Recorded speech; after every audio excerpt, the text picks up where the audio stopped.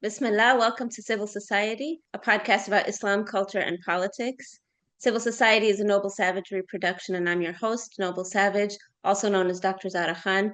I'm very excited to be here today with Dr. Christopher Gunderson, an old friend and mentor who has joined me today. Dr. Christopher Gunderson, thank you for your time and welcome.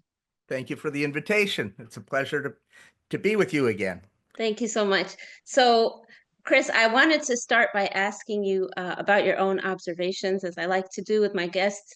What have you noticed? There's a tidal wave of changes that we're experiencing in the social landscape politically, but I wanted to just begin with your observations, either in your homestead or at your place of work. You're at Howard University, associate hmm professor of sociology. So, just let us know what you've observed that you think it's important for people to take note of at this time. Well, obviously everything's circles around the Trump administration and the actions of the Trump administration, or appears to circle around those. And this is a source of, enormous fear and anxiety for a lot of people, and, reasonably so. And the fear, the anxiety, the cautiousness, I think, demoralization, also, the courage, the resistance, the defiance. People are trying to make sense of this, and even many people who imagined they had a clear analysis of what Trump was or what his election would mean have been taken somewhat by surprise by sort of, at the very least, the pace of events and the intensity of them. So, and then Howard is for people who don't know, it's a historically Black university in Washington, D.C., and, generally considered the elite, or one of the most elite of the historically Black colleges and universities. And like every every other research-centered institution, it's feeling the impact of the attacks on research grants, people with NIH funding, and so on. I think there's, of course, just enormous anxiety about the increased threat of sort of white supremacist violence or repressive action of one sort or another. I think there's a lot of sort of unclarity about where that's likely to come from.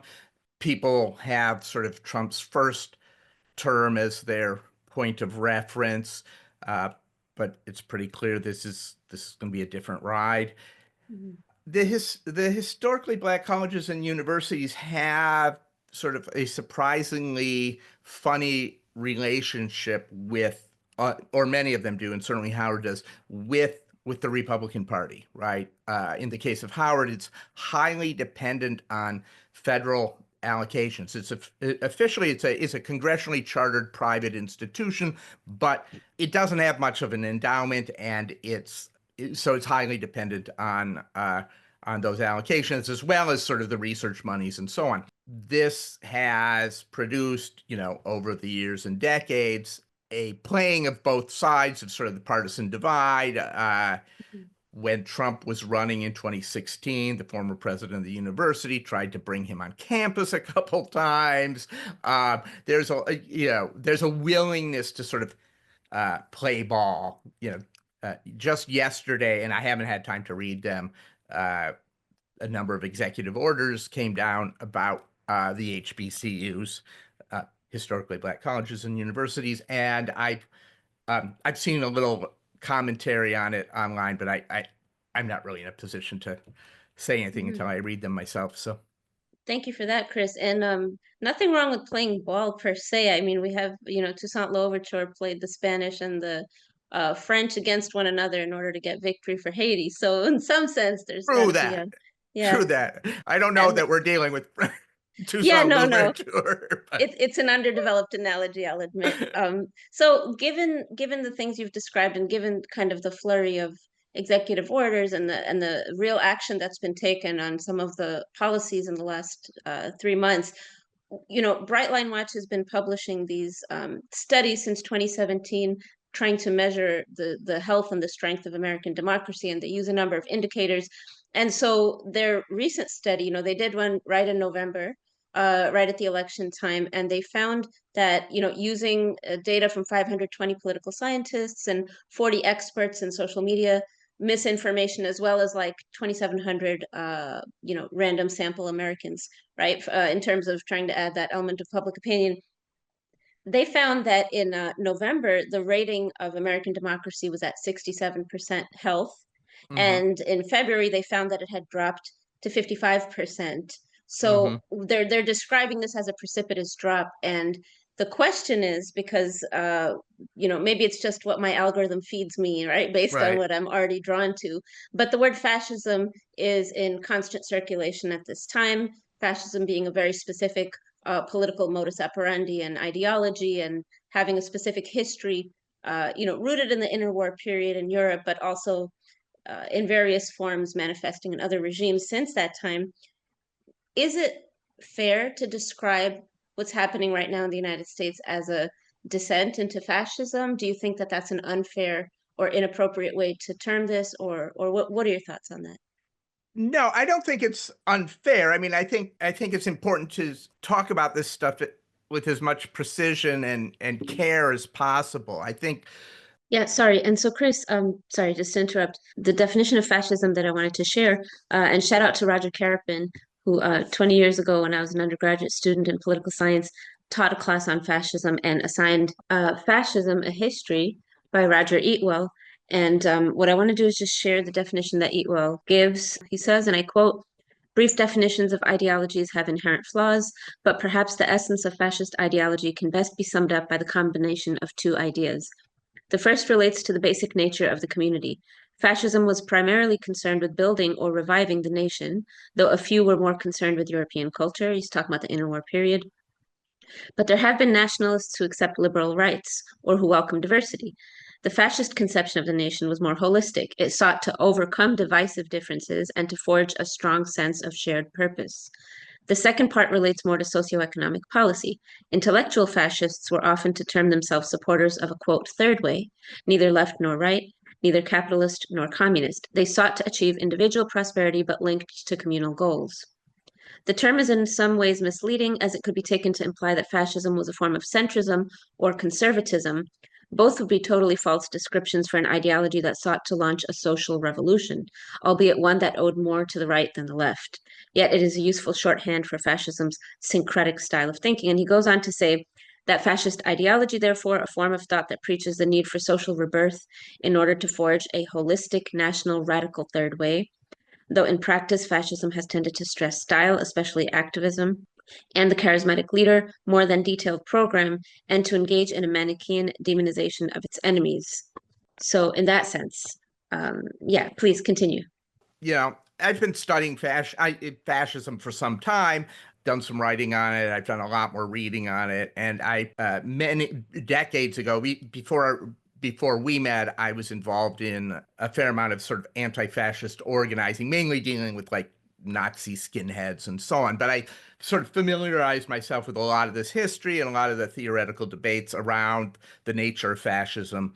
And I think it's important to be careful. I remember sort of during the first Trump administration, I made a presentation, several presentations in which I argued that what we were experiencing was not fascism, which was not to say that there weren't elements or that there weren't certainly subjective tendencies on certainly on the part of Trump and on sections of his support bases and so on. Sort of since had people say, well, what do you say now? Well, what I say now is things have changed. Is that's why it's important to be clear when a situation is not fascist, so that when you actually do encounter greater movement towards or a descent into fascism, you haven't exhausted the value of the term, right? This what we experienced in Trump's first term was fascism. Well, then what are we seeing now? But yeah, I think we have to we have to look at the trajectory here.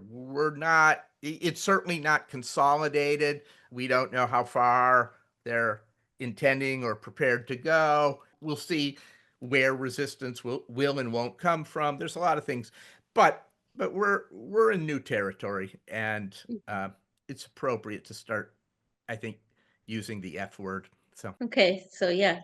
What would be so we have, for example, at the level of the Supreme Court, we have at the level of mobilizations in the street. What would be some areas that would be intelligent at this juncture as we start to think in terms of the F word, for people to begin to, like, would it be important to focus on building communities? Would it be important to build on people making educational campaigns and having that kind of communal education? How do we build people's power? And many years ago, you had gifted me a wonderful work by William Hinton, Fanshen, which moved around with me from state to state for 2 decades before I finally picked it up. I'm not done reading it, I'm ashamed to say, but one of the things that as we're looking at this village of Longbow, one of the things that the historical narrator is telling us is that there's a difference between people who look to immediate rectification, immediate problems, and immediate gross violations, and the difference between planning for 100 years and trying to build out, the slow, hard work of trying to learn for oneself as well as teach others about the systemic nature of the things that cause those violations in the first place. What would you say would be the right move at this time, or the right set of actions that we can begin to think about in terms of building people's power?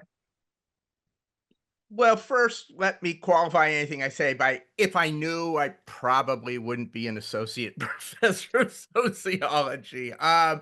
The William Hinton reference, the Fan Chen reference, is an interesting place to begin. I had it recommended to me, similar to you, and it sat around for, you know 10 or over a decade before I finally cracked it, and realized, yeah, what a gift it was. It was so I passed it on, and I try and pass it on to as many people as possible, in part because it poses, those questions, and it does so, by looking at the circumstances of a Chinese village 75 more than 75 years ago.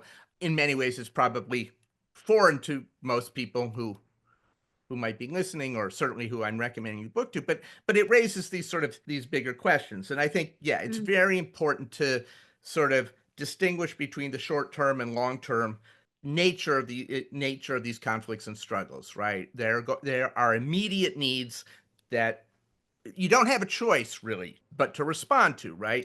People are being rounded up and deported, and very specific awful things are happening to people in our communities, or connected to the institutions that we're involved with. So there's a particular urgency to take some sort of action about around those things. And then there are those questions of, well, what constitutes effective action and the like. But then there is this much longer horizon, right? And I think it's very helpful in terms of navigating these immediate questions to have a view of what the longer horizon is, right? And what we're talking about is the fate of humanity, right? The mhm, future of this thing called the human species or human civilization. We are in a very dangerous moment. And we need to name it. We need to analyze it. We need to, and I think, the question of China is important here, right? mhm, That Fan Shen, for people who haven't read it, it's set in a village sort of on the eve of the creation of the People's Republic of China. So there's a civil war taking place in China, predominantly peasant-based sort of revolutionary civil war that's going to ultimately lead to the creation of the People's Republic, and then the subsequent 75 years of development of China. That mhm, now we find ourselves dealing with a China that's in many ways a result of the processes that are described in this book. And that's a useful thing to keep in mind, if in terms of trying to think about the long term, right? mhm, The world we live in today, and the China that exists today, would have been unimaginable to, the peasants of Longbow. They were largely illiterate. They had just the conditions of life. They had very precarious existences, and gleaming skyscrapers, and high speed rail, and enormous technological advances coming out of China, that would have been inconceivable to them. And so it's important for us to take that long view. Uh, but we live in the United States, which is at a different place in a different sort of in its own trajectory. And then the two and the rest of the world are part of sort of a global process. And so, the United States is an empire in decline. And I think that's the most fundamental thing to grasp in order to make sense of the events that we're seeing. That for the past 75 years, the United States has been the hegemonic power on the planet. That doesn't mean it controlled everything or Mhm. whatnot, but that it has been the predominant power. It has been the rule setter. It has been the sort of leader of the alliance of other most powerful actors until relatively recently. That position, which has been challenged, came under challenge, Mhm. during the Cold War and, in the war in Vietnam and so on. But it persisted and and it recovered from setbacks. But I think we're now in a period of systemic, it's a systemic shift. It's not going to recover. I don't, there may be some ebbs and flows along the way, but I think it's pretty clear that this thing is the US is not going to be the hegemon that it is today 20 years from now. It's not the hegemon today that it was 20 years ago, right? Mhm. So it's been in decline for a bit. That's accelerating, and that's producing enormous upheavals, well, all over the world, but certainly within the United States. And it's important, I think, to understanding why we're where we are, why, that Trump isn't an anomaly.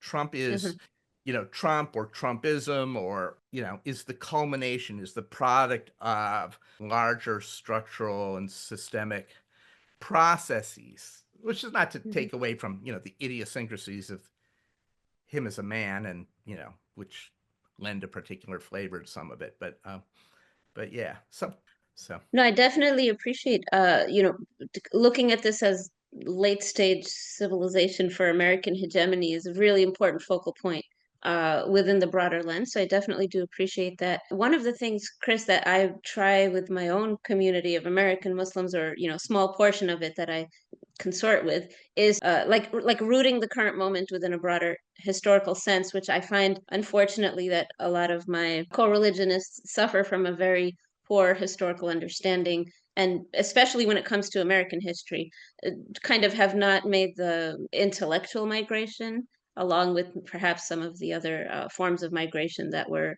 made building up parts of the American Muslim community. It's the immigrant portion at least.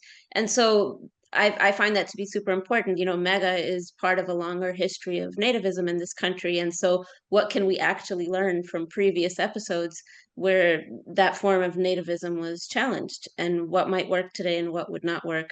So, I do definitely appreciate the point of situating it within kind of a broader historical approach. I think without being anachronistic about the value, and I'm also just super excited to be reading this work, the Hinton work at this moment, because it's really beautifully written, and it has I think that the author has a gift of laying bare some of the very obvious phenomenon of life that mhm, we're not a 1940s village by the mountains in China, but at the same time there are certain universal features of human experience in our social relations with other people who are hoarding wealth right, and any type of social power that just translate across time. Again, not to be yeah, anachronistic, they didn't have skyscrapers. We don't hoe the land. We're right, actually very alienated from how food is produced, which is something I was speaking about with my previous guest, Ramis Kent. And at the same time, their gentry, we find that reflected in our society as well, in terms of rents and interest rates and the usury, and I feel that the author has this gift of exposing what is very obvious but hmm somehow becomes very clouded and veiled in our everyday experience. So that's why I'm super excited to be looking at that work. I wanted to ask you, I know just a very little bit about historical experiences, what role universities at certain moments in American history have played within the broader context of providing that challenge. to Hmm. American hegemony or to an unfair economic or social system. And then they seem to be playing a really particular role today. In some ways, a continuation of this great tradition, and in some ways, presenting something new as well. So I wanted to ask you about that. What role, in your estimation, have universities historically played, and what are they doing now? And do you think, this might be a crazy question, but do you think it may be time to consider delinking from the institutions of higher education as students and as faculty, and perhaps attempting to create kind of alternative institutions? Or, I mean, I don't think the broader economic system would support people financially and provide us with a sustainability for ourselves if we're not going through these already established institutional channels. But what are your thoughts about that? Is there any hope for universities to remain bastions of free thought, or is it time to perhaps look in another direction? Well, I think in order to sort of answer the last question, it's important to answer the former one. I think, look, the nature of universities, like all institutions in this society, is contradictory, right? I'm a Marxist. The world is human society is permeated with contradictions, and so when we look at any situation, the question is to sort of identify them. What are they? Now, to assume they exist and to go out to find them. And, once you know that contradictions are sort of ubiquitous, it's not hard to find them. There's abundant evidence. So when I look at the historical role of universities, I mean, we have to ask, what is a university and what is its function within capitalist society or within advanced imperialist capitalism that exists in the United States. And I think, look, the universities fulfill a number of functions. Institutions of higher education in general, and then universities in particular, fulfill a variety of functions, and I think the sort of most obvious one is they train the college and university educated strata of the society to fulfill its various functions. And some of that is of a technical nature, of giving people expertise in, whether it's, philosophy or physical therapy. Or so there's a process of sort of training what have sometimes been called sort of the cadres, the people who function as the intermediate strata within the society, sort of the transmission belt between, the 1%, the ruling class, whatever you want Hmm. to call that group, and poor and working class majority population, right? It's some of this is about social control, some of this is, but a lot of it is just about the functioning of complex systems, and that within them there's a need for people with certain kinds of specialized knowledge and training, and those people, as a result, occupy a relatively privileged position vis-a-vis these other forces. But again, there's a contradiction. They're torn often because they have their own sort of conflicts and antagonisms with those higher up the ladder than themselves. And Hmm.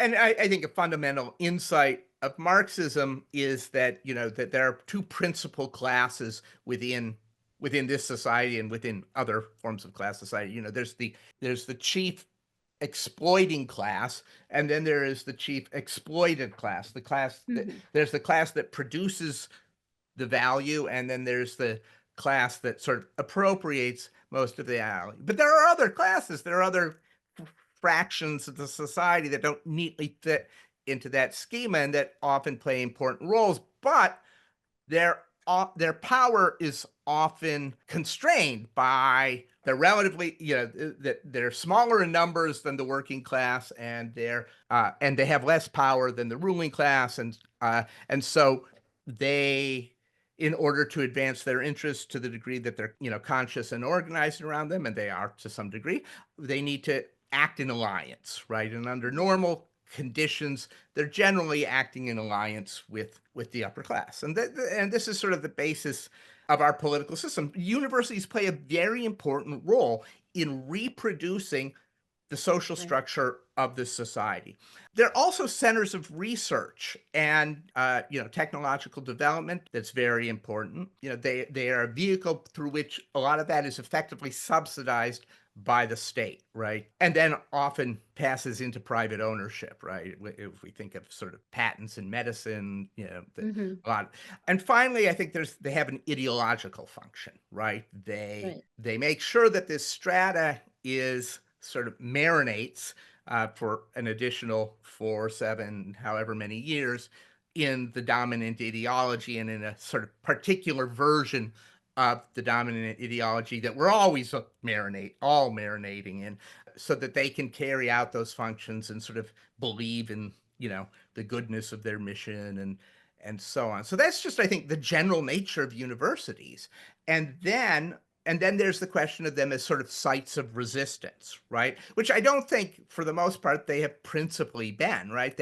That's an episodic thing. That's a thing that, Hmm. but some of the features of universities make them especially fertile sites of resistance when that happens, right? The concentration of young people at this particular moment in their lives where they're deciding what to do with their lives, right? And they're often, they're usually unburdened with children and mortgages and so on, and so Hmm. they have a kind of freedom. And the nature of the sort of educational project is, part of it is to teach people some critical thinking skills, to give, to arm people with things that will be necessary for problem solving in their future roles as lawyers and dental hygienists and whatever. You have to do problem solving. And so there's this funny moment when you have large numbers of young people, they're concentrated in these institutions. And if the sort of larger antagonisms within the society start to come to a head, these are spaces in which there's a sort of unique opportunity often to take action sort of ahead of the curve. And so student movements, I think, have historically played important leading role in igniting or encouraging the spread of other struggles. And I think, we saw that last spring with encampments and building occupations in solidarity with Palestine and against the Yeah. sort of genocide in Gaza. And, and we can think of a bunch of, that's how we got to know each other. And True. Yeah. uh, so I may have lost the thread there. Oh, yes. No, So no, there's not at all. you sort of the historical take. I think student movements are very important in any project of constituting or reconstituting sort of an effective opposition to this system. So, and for that reason, that's one reason I would speak against delinking as such. But I think, coming to that question, delinking, I don't think these are either or questions, right? Hmm. These are questions that people have to answer as individuals or as small groups or communities or within, it's a question of to what degree, right? Hmm. I think it's very important that people who are operating in an academic setting have at least, have a foot outside of it. That's hard to do. It's not, it's easy to say, Yeah. but so I do think it's important to, if you're operating in that context, to have some sort of meaningful contact outside of it that can help sort of ground your understandings. I think there are ways in which operating within the university context can be, really distort your picture of reality. Oh, yeah, absolutely. And so, I don't necessarily like the language of the ivory tower, but there is a way in which you get a sort of a bubble experience that is not Hmm. representative of what's happening within the larger society, though it concentrates certain elements of what's happening in the larger society. At all times, you should be attentive to how are you maintaining relations with processes taking place outside of it.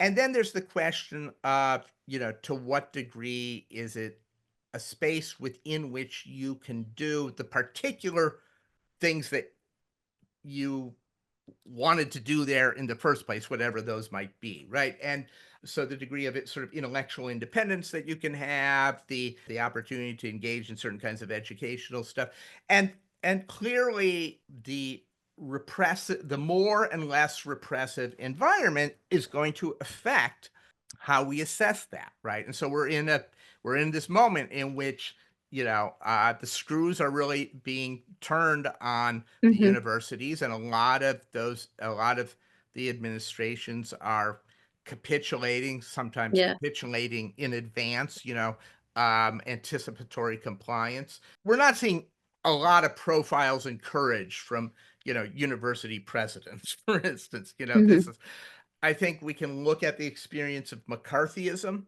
I think that's a very useful chapter in the Yeah. history of the United States for understanding, basically, there was a robust communist movement in the United States, and it had its foot in it had its fingers in a lot of things, but including, higher education. And McCarthyism was a concerted campaign to drive communists and socialists and their sympathizers out of, the institutions of, knowledge production and reproduction of, universities, and but also culture, Hollywood and so on.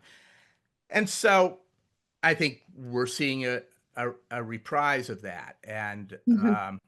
so a lot of people, I assume a lot of people are not going to have a choice. People are just going to get driven out. Hmm. And then there's the question of, well, what do you do if you're driven out? And then what do you do in anticipation of the fact that people will be driven out? So I think there's always a need to build independent intellectual projects, Hmm. whether that is, schools or conferences or journals or publishing Saloons. projects. Yeah. Yes, yes, salons, and various. So and so there's a rich history of that is Hmm. also worth studying. But there are real advantages to being able to access the resources of a university. And I mean, that's part of the seduction, but but they're not imaginary, right? Yeah.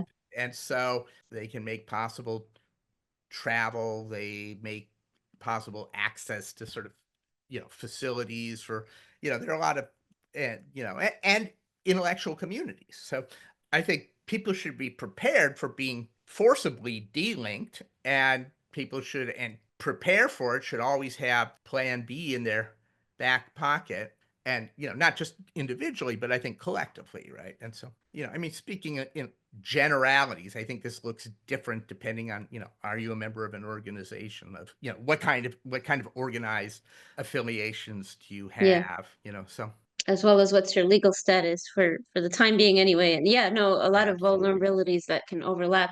And you mentioned McCarthyism, and I know that after that 9/11 moment and the War on Terror Patriot Act moment, many people used the McCarthyist episode and made the analogy at that time as well, because it was simultaneously an anti-war moment, similar and in many important ways different from the anti-war moment that we're in today with all of the protests against U.S. support of Israeli genocide in Gaza. But that analogy was made at that time because it was increasingly difficult to articulate any kind of anti-war or critique of American government or policies, and people were being swept up as well at the time and detained, whereas today anti-Semitism would be the charge, then it was just a blanket charge of being a terrorist or terrorist supporter. So I agree that it's an important episode that I, for one, definitely have to study and learn more about. So very good. So I understand from what you said that, the universities play an important role in society. They're a particular institution with a particular historical mandate. And not only is there the technical side of the education that people acquire by attending university, but there's the ideological function, very um, old school Almaden verba, the civic culture, and the purpose of education is to replicate the next generation of citizens of a country and to basically discipline them and train them to be able to go out and support and replicate the social structure and the class structure of society. So that's a very important concept for understanding. But I do appreciate the way that you balanced it. Like any tool, it can be used for a number of purposes. And so I guess the responsibility falls upon those that are capable and, able of participating in that structure. I also appreciate the idea of keeping one foot in the door and one foot out the door. It's very practical advice, and to make sure that intellectual projects remain independent as well as in some ways connected. So thank you for that, Chris. That was a very rich answer.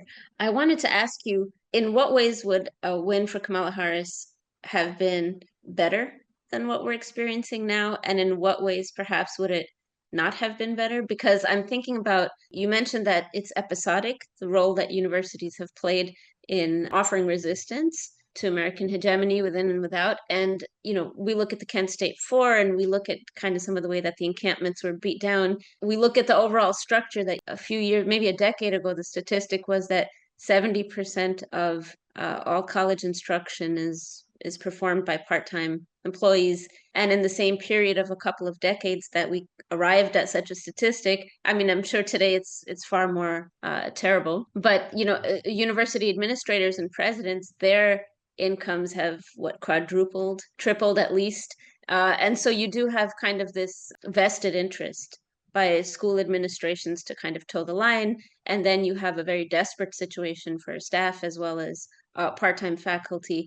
And you have episodes like the Kent State Four, and you have repression, at City University of New York, looking at the Newt Davidson collection and kind of getting into that deep history, we find that the connections between the political violence of the state or the city is interconnected to the way that the universities are policed, even between the episodes, right, of all out kind of protest and rallying. So when we look at the way, for example, that the last administration dealt with the universities and dealt with the genocide, and then we look at how it's kind of like masks off at this point, and some of the verbiage of what would be more politically palatable to many people in terms of justice. What would you say? Like, would it have been better if Kamala Harris said, and I know there's no such thing as what if, there's only what is. I do know that. But we are nonetheless dealing with right now a whole lot of criticism on the Democrats at their inability or unwillingness to really fight back or kind of make small and large pushbacks against what's happening at an ever increasing speed. Is it at some point better that masks come off? That, the word for crisis in Arabic is the same word for sieve, because when you have a moment of crisis, it helps to separate the different elements of a situation. And so, what are your thoughts on that? My attitude towards the election was I was uninterested in having any irreparable rupture with anybody over who they voted for, presuming they weren't voting for Trump, right? or if they voted at all, right? So the reality was we had an awful set of choices, and people navigated that in a variety of ways. And then I agree. Yeah. and then after the fact, you get the accusations, the finger pointing and all that, which is totally predictable. I mean, clearly there are some things that are happening now that would not be happening if Harris had been elected instead of Trump, right?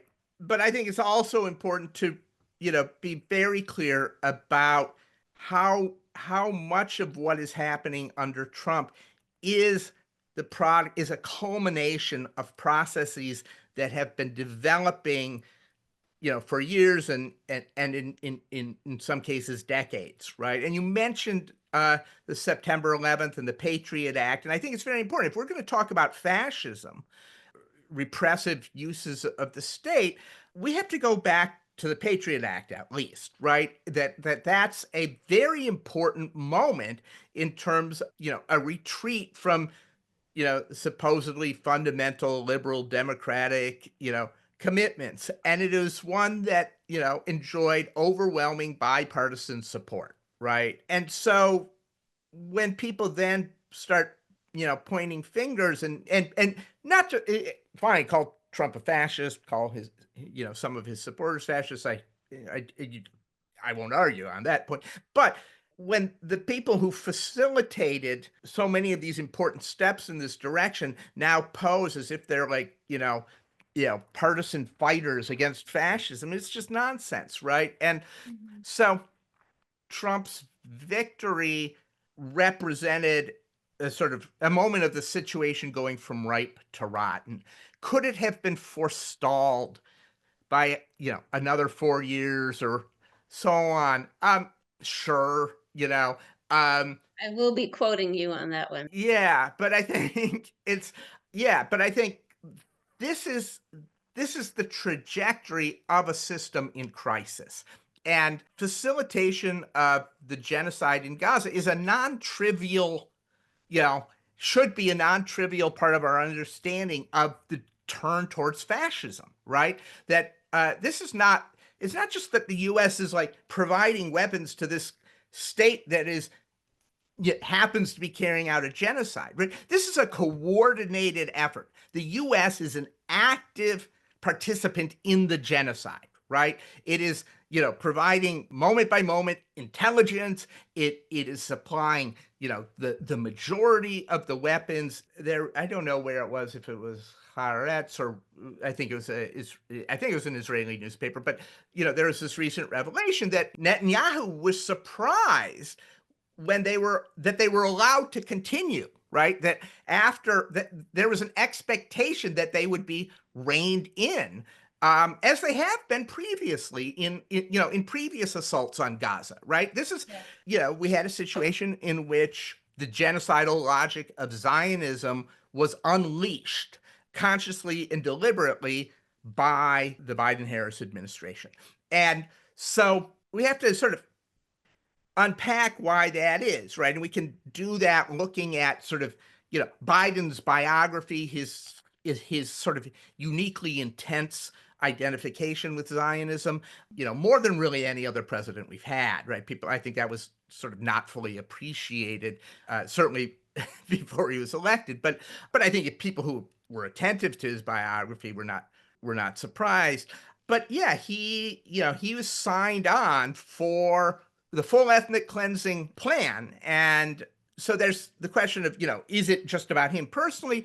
Or, right, is this an expression of a reflection of the nature of the crisis of US hegemony and the role that Israel plays as basically the US's attack dog in this geopolitically key region of the world, right? That Israel's very important to the functioning of US imperialism. And I think obviously its proximity to important sources of oil and natural gas. That's, Of course. the Houthis have reminded us of the importance of the Suez Canal, right? That Yeah. this is a major artery of global commerce. And Yeah. Israel basically functions as a garrison state, an outpost of U.S. imperialism that keeps the Arab and Muslim world fractured. Right? It plays a critical role in obstructing a sort of independent anti-imperialist development in the region just as a straight up enforcer. And I think there's a shared understanding between at least a section of the U.S. Foreign policy establishment and ruling class of basically the need to ethnically cleanse the occupied territories in order to secure Israel's continued capacity. They understand that Hmm. the Palestinian liberation movement is a potentially fatal threat to this very important concentration of power, this, as I said, garrison state. And so I think it's the sort of the savagery. I mean, I know you use the term, but the of what we have seen, inflicted on Gaza, and I guess unfair to savages, right? That is, I think, an expression of the empire in crisis, right? And it is precisely empires in crisis that have sort of historically been productive of fascism in its sort of classic form, right? Uh, the German and Italian versions in particular. And then we can look at some of the other examples, but I think the threat to U.S. hegemony, it doesn't just play out domestically. Yeah, the hegemony is a global phenomenon. The threat to it is, and the resort to increasingly violent and repressive, illiberal measures in order to maintain it is as well. And so it's important to understand that a shift occurred, right? That a section of the US ruling class that had not supported Trump in 2016 made a determination that actually the risks were worth it, right? Fascism's Mhm. a risky undertaking, right?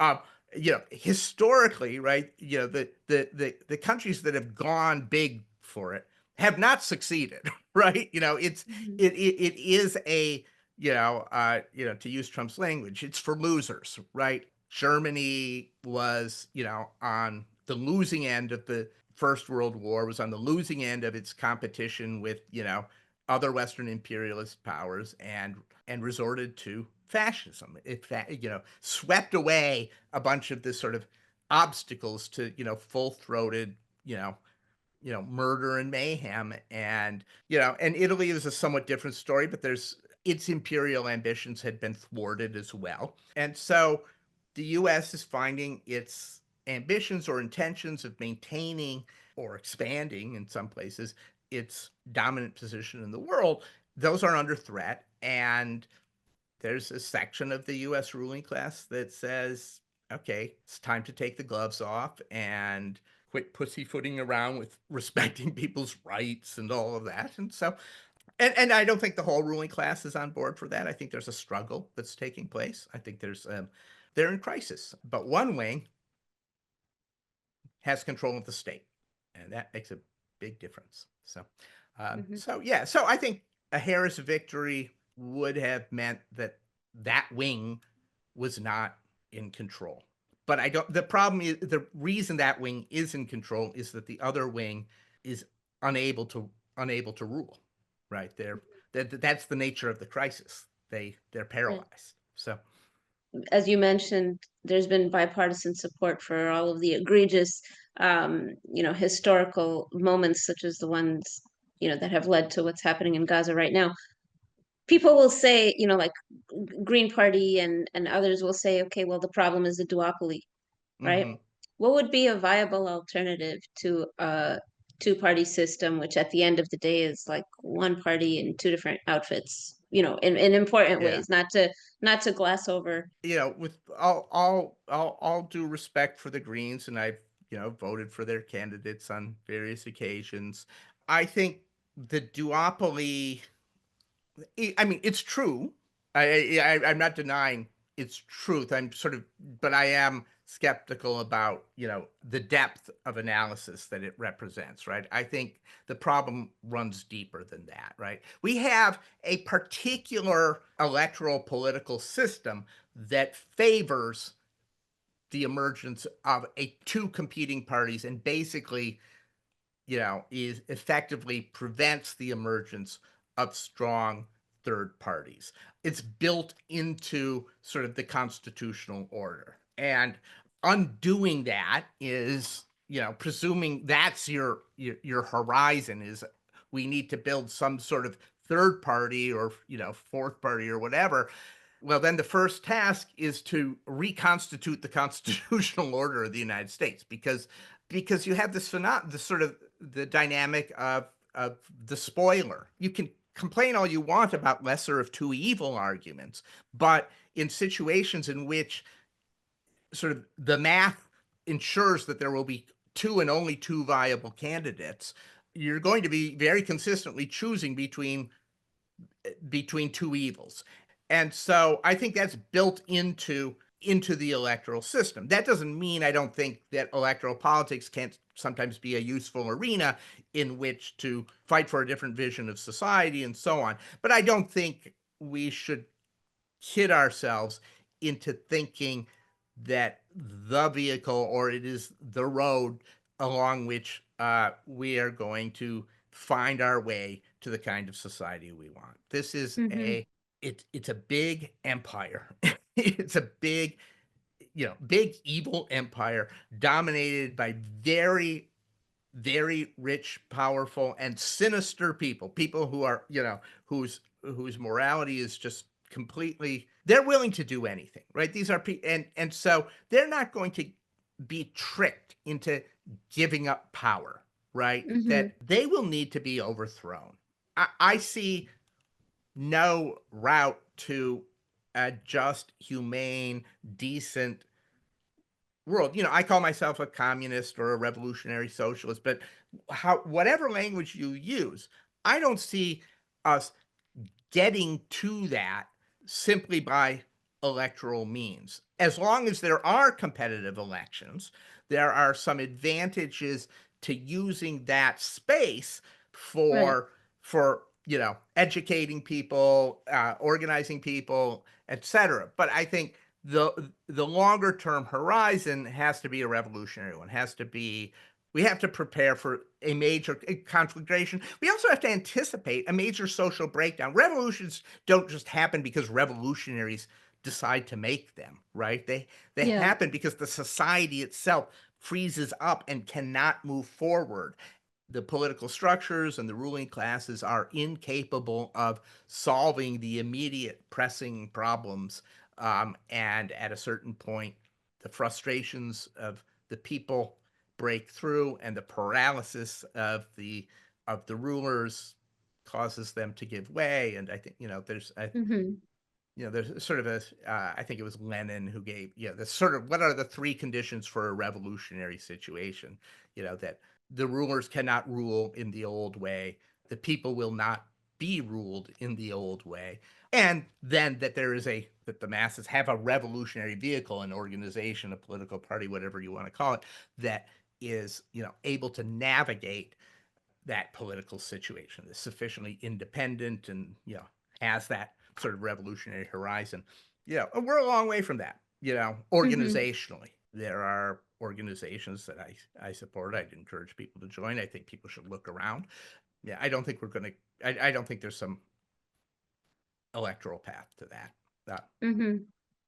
so, but until Yeah. most people understand that, there's no point in wagging your finger at people for participating in the electoral system. People have to learn that through experience.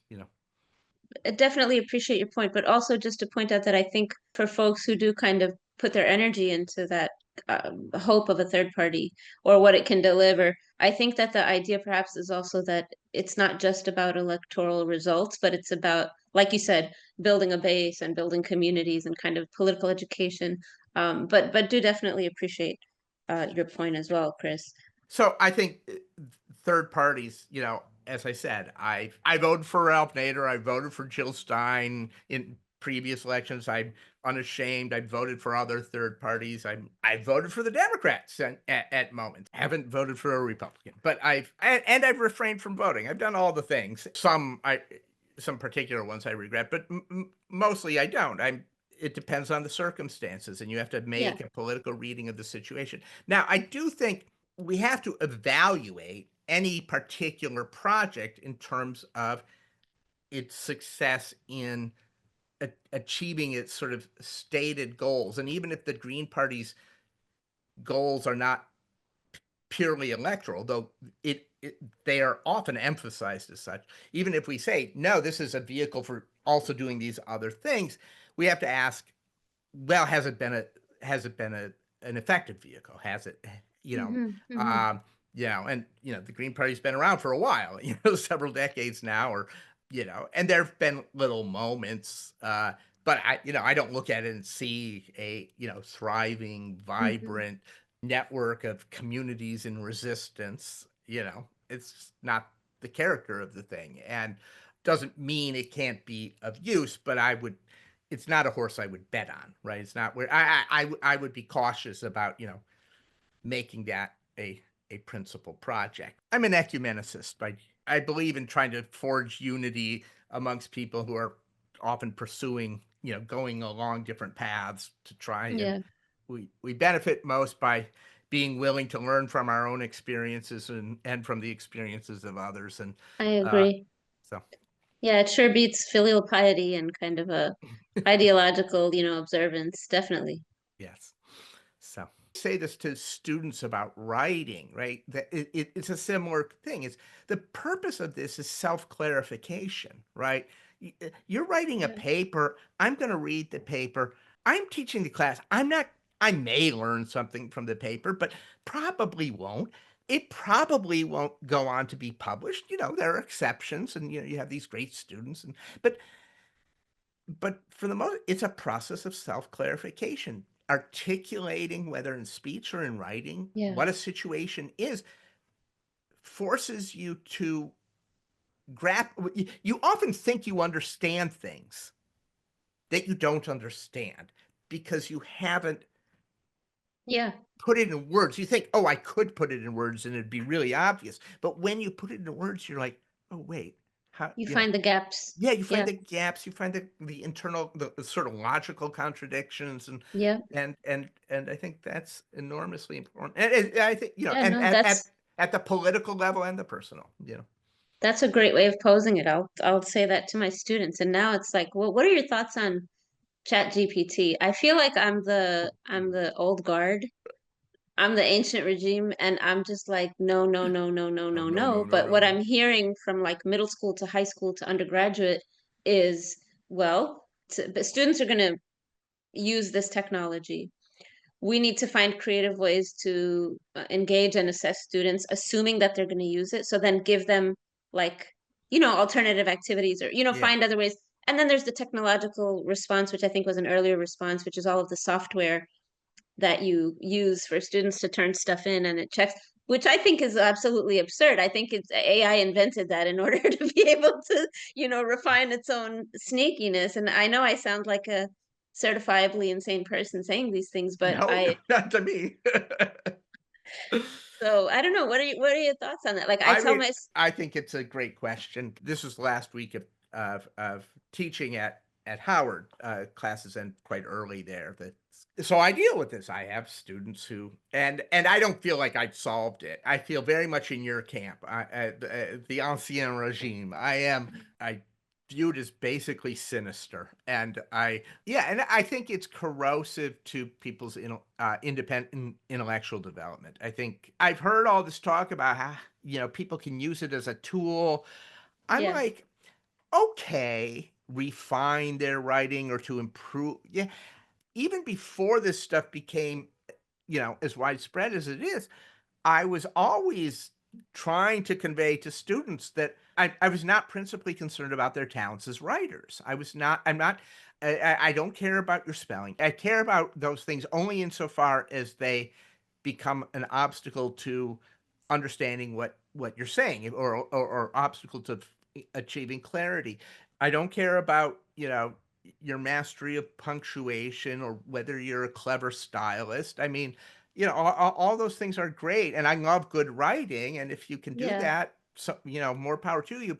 But my responsibility as someone who's not teaching writing, I'm teaching social theory, sociology, and social movements, is to develop people's ability to analyze these things critically, and the process of writing is, as I said, for that purpose of self clarification. Well, that's not happening if you're not doing it and a right. machine is. I get no pleasure reading a more refined version of what would have done without the AI. I'm grading you on whether you tried to understand the reading, right? Yeah, you're These you're are hard basically readings to understand. yeah. The expectation is to just engage, right? And this is what I do the same. I tell the students that if you give me something very modest, Yeah. but it's an actual personal reflection Yes. on the reading, that is so much more valuable than like a very structured and sophisticated response, and most of it is not yours, right? Or Right. or is it simply a regurgitation of like, you know, a certain set of points? Like if I Yeah. can't see you in the engagement, it doesn't mean much, right? And Right. so I think that the writing and the thinking are intimately connected. If they're not doing the writing themselves, then they're not actually doing the thinking Right. themselves. And I think that's exactly it, right? This is H.G. Wells and the Island of Dr. Moreau and the Thing in the Forest and teaching them the law, and like the difference between being able to parrot the words Hmm. and actually thinking is it's like earth and sky. You can't even compare it. And I think, Chris, that the problem is situated within a much bigger practice of the way that we're consuming technology. It would be unreasonable to expect that one can remove the chat GPT Hmm. from the equation, because the whole epistemology has changed. The whole relationship, it's very transhumanist actually, right? It's Yes. a slippery slope. And I have, children that are coming up in this generation, and students that have come up in this generation. And so I'm also just kind of struggling to understand, right? What's the best approach? And how do you show somebody the perils of all of this convenience and pleasure at your fingertips and this just new embedded way of being?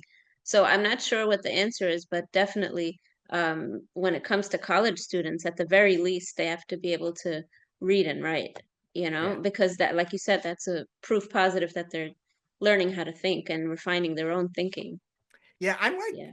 I'm going back to blue books. People can't even, their hands you gotta work those muscles. I think it's funny. My father was a professor of philosophy, but his dissertation was on the possibility of artificial intelligence, and this was like he wrote this in the early 1960s. Oh, And wow. so I was raised very far in advance of this with a sort of set of ideas about his argument was that artificial intelligence is not in fact a possibility, that Hmm. actual what we mean by intelligence, there's some incredible technological feats going on here, but it isn't intelligence, right? This is Hmm. not these are this is these we are not producing conscious machines. Hmm. We are producing machines that are able to cleverly appear conscious, but it's a real mistake to, uh, I think, to impute genuine consciousness to this stuff, and it's a big danger. And I think the very language of artificial intelligence, and it's marketing. You're running a company that wants to sell this kind of software to make the most grandiose claims. So you think it's an alarmism? I'm kind of two minds about this because, and I've asked this question myself, that there's a difference between amassing information, being able to run through data at lightning speed and produce very impressively, an answer to a question, right? So someone puts Right. in a prompt. And by the way, the applications of this make this all the more, alarming to me, because even working in professional development in a kind of a K through 12 system, they're asking teachers to create, like, for example, modifications to lesson plans, for students who need certain kind of accommodations using ChatGPT. They're telling us to put in our lesson plan and ask the machine to produce the modification that's required. You know what I mean? Like, and that's just one example. There's Yeah. No. examples in healthcare, so for people who are, and obviously your father was writing at a time when the stage of development of this project was very, very much in Right. its infancy, and it was largely theoretical, right? But Right. are you saying that there's no need for that type of alarm, and that like you said, these claims are grandiose consciousness? But for me, it's a question of having moral accountability. I don't see that there's such a thing as consciousness without being a fully moral agent or Exactly. subject in your own right. Yeah. And that So I don't think is something that human beings can create using, mathematics and machinery, right? yeah. But what are your thoughts? Yeah, no, so yeah, when I say that these claims are grandiose, that doesn't mean that I think your fears or my fears, because I share them, are alarmist. I think it's exactly this question. It's the imputation of intelligence by confusing this stuff with intelligence. What is happening is that we are handing over moral accountability to machines that are incapable of it, right? And that is in fact a morally unaccountable thing to do. I'm not saying that that there aren't, I think particularly in the area of research, right? There's some very valuable things you could do, right? But the process of turning data gathered into an analysis, if you take the actual conscious human being out of that, you're courting moral catastrophe, right? Hmm. I think, and that may sound alarmist to other people, but I think it's not obvious. There's so many kind of trivial ways in which you can use AI that don't seem to have these sort of morally catastrophic effects. But I think if you are using AI to rewrite lesson plans for students with disabilities, for instance. Well, that may sound not only, benign, but an actual good. I can't help but think actually, no, it's actually, it will blow up in your face in some unanticipated way, almost certainly. Howard has recently gotten a huge infusion of research money from the Air Force for AI to do AI related research. And it's all in the service of drone warfare. It's how do you Mm-hmm. create swarms of drones that are able to act, that is to, kill and maim Mm-hmm. in coordination intelligently, right? How do we, I mean, because this is a real practical question that militaries face, which is the time gap between knowing something and making the decision of whether to drop a bomb on it, right? And because in that gap, the thing can move, the situation can change. And so they're very hungry to hand that responsibility over to machines, and have, it's not, this is not like some future thing, but it can get worse, and it can get a lot worse. Yeah, so I think we have to, I think we should be very concerned about it. I don't know what the path out of it is. It's No, no, for sure. And I think the broader, perhaps the popular opinion, which I think is just like anything that's new and improved is necessarily better, and is really based on this false notion that science and technology are value neutral. yeah, And I don't think that that's ever been the case, looking at the history of science. Not only that, the first computers were kind of financed by the military, and that the automation that was set into place was, had very real consequences for workers, right? And continues to do so, but also in terms of where the funding goes, the application of that funding. We see the way AI is being used in Gaza right now. And there's, of course, what you're describing with the new grants at Howard. There's also that the way that it's affecting human beings, just to bring it back to our own thinking, that our capacity for like deeper reflection, our capacity for reading longer and longer passages, right, of reading is just getting curtailed all the time and becoming, what Nicholas Carr called more shallow. And our neural pathways are now being affected by it, right? Like because new pathways are being forged, which are a lot shallower than the ones that come up. And it's not to say that, it's not to take a anti-technology stance or anything like that, but it's, every technology is supposed to address a need, which is real. But in this case, this seems to be creating needs which are quite artificial. And not only that, if you look at the global supply chain, that they're completely harmful to vaster and vaster numbers of people. yeah, Again, the technology will then frame that out of view, right? right, So yeah, yeah. fun times. T2 is my favorite movie for a reason. Yeah, So that's Terminator 2 for anyone yes, who might not know. Yeah. yeah, it's a great movie. So, yeah, yes, I agree with all of that.